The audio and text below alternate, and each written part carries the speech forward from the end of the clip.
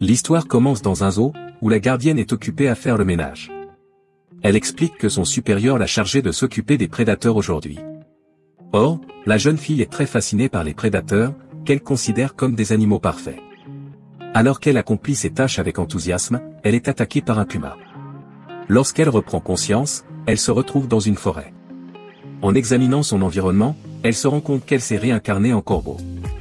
Cette révélation la plonge dans le désarroi, se demandant ce qu'elle a fait dans sa vie précédente pour être transformée en corbeau. Frustrée de ne même pas pouvoir devenir un prédateur, elle réfléchit à ce qu'elle va faire. Sa première priorité est de trouver de la nourriture. Elle cherche donc des noix sèches et tente de voler. Heureusement, elle réussit à s'élever dans le ciel et est captivée par la vue. Soudain, elle entend du vacarme et découvre un groupe d'orques à la recherche d'un homme. Elle apprend alors qu'elle n'est plus dans son propre monde. Déterminée à trouver l'homme elle-même, elle finit par localiser un homme blessé qui avait été attaqué par les orques plus tôt. Cet homme s'avère être Phalon, membre d'un puissant comte, qui s'en veut d'être perçu comme faible. Curieusement, la corneille reconnaît cet homme. Elle tente d'attirer son attention, mais il se méprend sur ses intentions, considérant les corbeaux comme des oiseaux de mauvais augure et mangeurs de cadavres. Néanmoins, elle commence à faire du bruit pour détourner l'attention des orques et protéger l'homme en guise de distraction. La corneille se rend compte que cet homme familier pourrait être un personnage de jeu ou de roman, bien qu'elle n'en soit pas tout à fait certaine. Malgré cette incertitude, elle décide de l'aider. Après avoir conduit les orques jusqu'à une falaise et permis à l'homme de s'échapper, elle part à sa recherche. En suivant une trace de sang, la corneille retrouve l'homme. Malgré ses connaissances limitées, elle décide de lui apporter des herbes médicinales pour arrêter son hémorragie. L'homme, qui lave ses blessures à la rivière, est étonné par l'intelligence de la corneille et devient sceptique, pensant qu'elle pourrait être le familier de quelqu'un ou une créature hybride. Cependant, ses doutes sont finalement dissipés. Bien qu'ils ne comprennent pas pourquoi l'oiseau l'aide, ils commencent à se soutenir mutuellement. Un jour, l'homme donne un nom à la corneille, Ryanel, ce qui lui procure une grande joie. Pendant ce temps, l'homme, qui se révèle être le prince du royaume de Balfort, réfléchit à sa vie, où il a constamment été confronté à la tromperie et à la manipulation. Cependant, la présence de Ryanel apaise son cœur, à tel point qu'il ne veut plus retourner au palais impérial et souhaite plutôt vivre avec le corbeau. Cependant, il comprend qu'il ne peut pas continuer ainsi et qu'il doit revenir pour protéger les citoyens de son jeune frère, Llewellyn, qui tente de s'emparer du trône. Néanmoins, s'il revient maintenant, la situation ne sera pas différente de celle d'avant. Il doit donc faire ses preuves en tant que membre de la famille impériale en réveillant ses pouvoirs divins, qui lui permettent de se transformer en loup. Pendant ce temps, Ryanel continue de chercher des herbes et tombe sur un bijou abandonné, qu'elle reconnaît comme étant le Crobe Rock, un objet important d'un jeu auquel elle jouait à l'automne. Malgré cette découverte, Ryanel ne se souvient toujours pas du titre du jeu ni de son contenu. Frustrée, elle maudit les dieux de l'avoir placée dans un monde où elle n'a aucun souvenir. Grâce à cette expérience, elle découvre l'identité de son ami humain, qui s'avère être Camus, le prince héritier de l'Empire Balfric. Elle se souvient également que Camus lutte pour éveiller son pouvoir. Ryanel décide de lui donner la roche du Kourou, espérant qu'elle l'aidera à libérer son potentiel, même s'il risque de mourir s'il n'arrive pas à gérer le pouvoir. Néanmoins, Camus ingère la pierre et commence à briller, attirant des invités indésirables sous la forme de loups humains. Ryanel, ne voulant pas abandonner son ami, décide de le protéger et tient bon jusqu'à la fin de son éveil. Camus endure d'atroces douleurs pendant ce processus, envisageant la mort et les sacrifices faits par les chevaliers qui l'ont protégé. Il décide de continuer à endurer afin d'honorer leur vie. Finalement, il réussit à atteindre son but et se transforme en loup. Voyant Ryanel se battre désespérément contre les assaillants malgré ses blessures, Camus la félicite pour son endurance. Ensemble, ils parviennent à vaincre les humains loups et Camus emmène Ryanel chez un ami de confiance. Lorsque Ryanel se réveille, elle se retrouve dans un manoir appartenant à un chevalier en qui Camus a confiance. Fou de joie, Camus la serre dans ses bras, exprimant son inquiétude pour Ryanel. Ryanel, qui aime les histoires d'amour, rougit en entendant ces mots du beau prince. Camus exprime sa gratitude à Ryanel pour lui avoir sauvé la vie à plusieurs reprises. Soudain, Galino, le chevalier de confiance, entre dans la pièce. Il salue le prince mais regrette de ne pas avoir aidé Camus quand il en avait besoin. Galino va même jusqu'à offrir sa vie en guise d'excuse. Camus intervient et l'arrête, assurant à Galino qu'il n'a pas à se sentir coupable puisqu'il était en mission pour le roi. Camus félicite Galino de ne pas s'être soumis à la règle de Llewellyn et lui demande d'être son épée à partir de maintenant. Galino jure sa loyauté au prince et s'engage à le protéger de tout danger.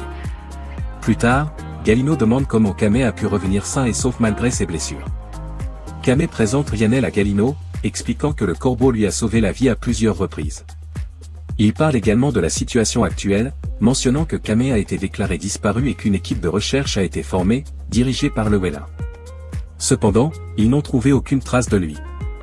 Ryanel rappelle que, selon l'histoire du jeu, le roi est censé éliminer tous les frères et sœurs rivaux pour s'emparer du trône. Elle tente de consoler Kame, qui lui assure qu'il a tout préparé. Kame ordonne à Galino de se rendre à la capitale et d'informer l'empereur qu'il est vivant. Ils entreprennent un voyage que Ryanel trouve difficile. Kame la libère de sa cage mais reçoit des coups de bec de sa part en réponse à son action.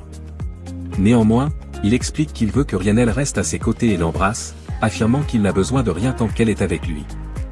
Ryanel est troublé par ce baiser inattendu. Kame prévient que de nombreux ennemis pourraient apparaître dans la capitale et qu'il ne peut faire confiance qu'à Ryanel.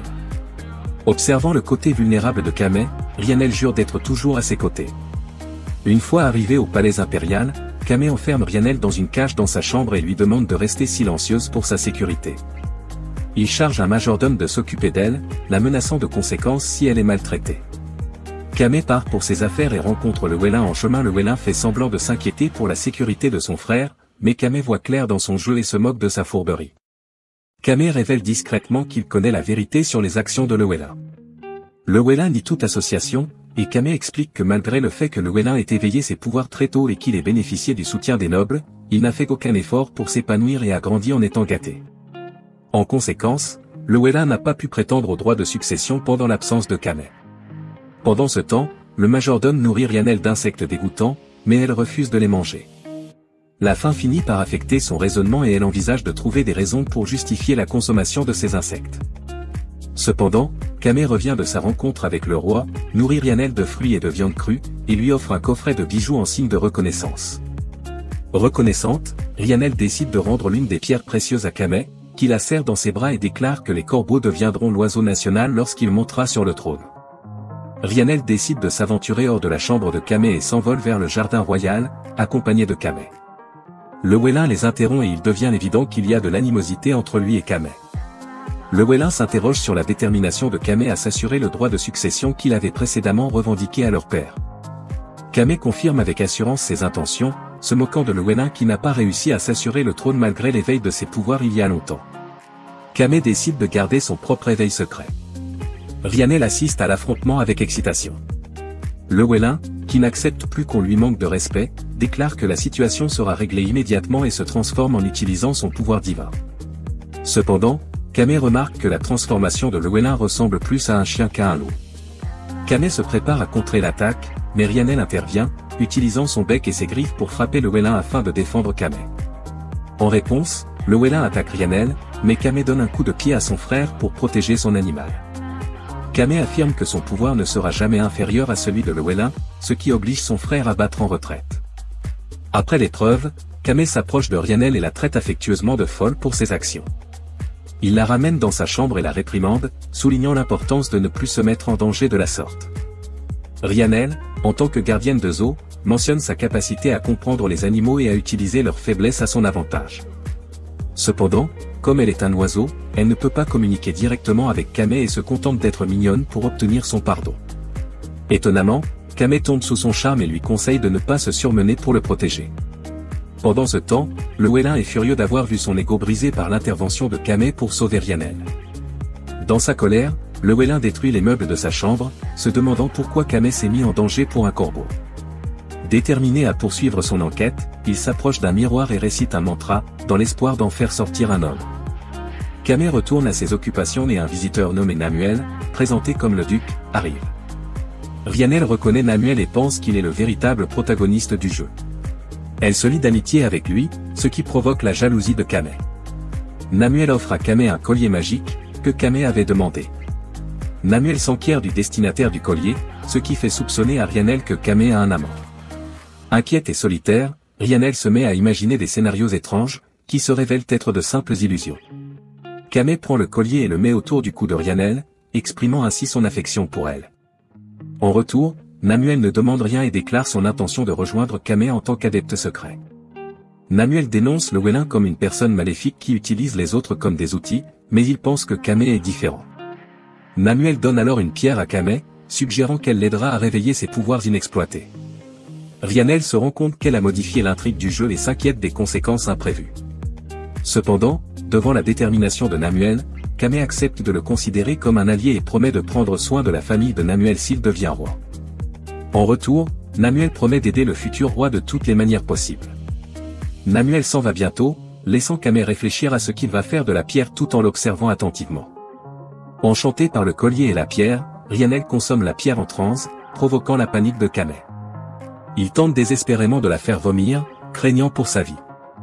Mais rien ne se passe et Ryanel finit par sortir de sa transe, sans se souvenir d'avoir mangé la pierre. Elle comprend la situation à travers les réactions et les divagations de Kamei. Au fil du temps, Ryanel commence à ressentir un certain malaise physique et une certaine léthargie, ce qui inquiète Kamei. Il fait rapidement appel à un guérisseur, mais l'examen ne révèle rien d'anormal dans le corps de Ryanel. Kamei s'en veut de ne pas avoir su arrêter Ryanel et ne peut que constater l'aggravation de son état. Tard dans la nuit, alors qu'il veille sur Ryanel, Kamei s'endort. Soudain, Ryanel vit une expérience extracorporelle et est témoin de divers événements. Le lendemain matin, Kamei se réveille et découvre une femme allongée dans le lit de Ryanel. Soupçonnant qu'il s'agit d'un assassin, il remarque le collier qu'il a offert à Ryanel autour du cou de la femme et réalise qu'il s'agit de Ryanel elle-même. Étonné, Ryanel se réveille à son tour et remarque qu'elle a changé d'apparence et qu'elle a maintenant des mains humaines. Elle demande à voir un miroir et est stupéfaite par son apparence transformée, avec ses yeux étincelants comme des joyaux. Elle se demande si c'est le fait d'avoir mangé le croban qui a provoqué ce changement. Submergée par ses pensées, elle embrasse Kamei, incapable d'exprimer pleinement ses sentiments. Bien qu'elle soit ravie de pouvoir communiquer avec lui, elle décide de garder sa véritable identité secrète. Kamei embrasse à nouveau Ryanel et lui fait part de son inquiétude. Rougissante, elle affirme que son cœur est sur le point d'exploser et suggère qu'il serait préférable d'être un corbeau. Soudain, elle redevient mystérieusement une corneille et vole frénétiquement dans la pièce. Kamei parvient à la calmer en lui expliquant que la transformation a été annulée parce qu'elle n'est pas habituée à cette forme. Cependant, avec de l'entraînement, elle peut s'améliorer. Pour l'aider à comprendre, Kamei montre même sa forme de loup, mais la démonstration s'avère inefficace. Au lieu de cela, il décrit verbalement le processus de transformation, ce qui aide Ryanel à reprendre sa forme humaine. Ils partagent un repas ensemble, et Ryanel semble ravi de savourer la nourriture en tant qu'humaine après une longue période. Bien qu'il soit heureux de cette transformation, Kamei décide de garder le secret. Après le repas, Kamei s'inquiète de voir Ryanel se promener sous sa forme humaine. Il mentionne que son frère le Wélin a un comportement inapproprié envers les femmes et suggère que Ryanel reste sous sa forme de corbeau à l'intérieur du palais. Cependant, il promet de créer un espace où elle pourra se sentir à l'aise et lui demande d'attendre qu'il le fasse. Ryanel accepte, mais demande si elle peut rester aux côtés de Kamei pendant qu'il effectue ses changements. Kamei l'assure que ce n'est pas un problème et ils partagent un moment chaleureux. À leur insu, le Wélin les espionne secrètement et a appris le secret de Ryanel. D'un autre côté, dans un endroit complètement différent, le marquis Wilhelm est assis dans son manoir, contemplant son échec. Il se demande pourquoi son plan d'élimination de Kamei n'a pas abouti, alors qu'il pensait avoir pris toutes les bonnes décisions.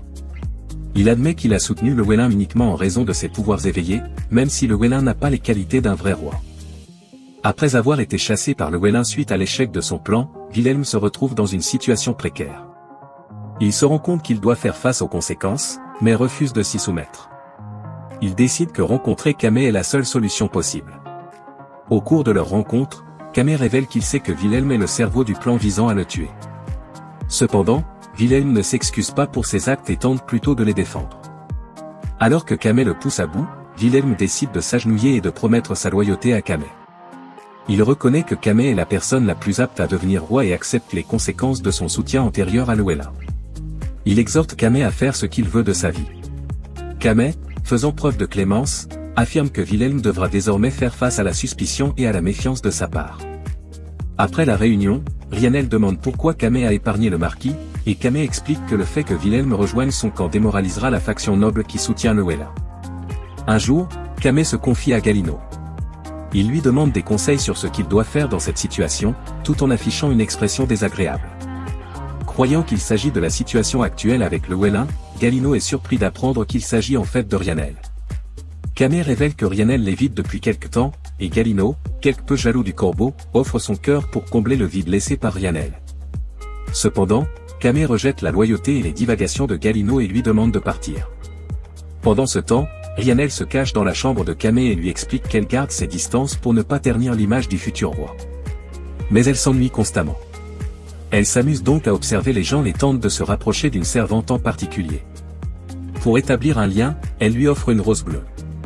À ce moment-là, Kamé entre dans la pièce et découvre cette interaction.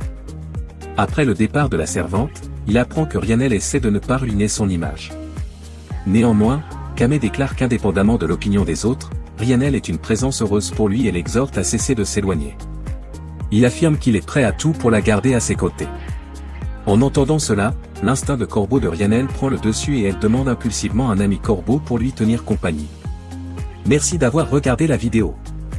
Restez à l'écoute du prochain épisode pour voir si Rhiannel et Kamé pourront réaliser leurs rêves. Bonne journée à tous.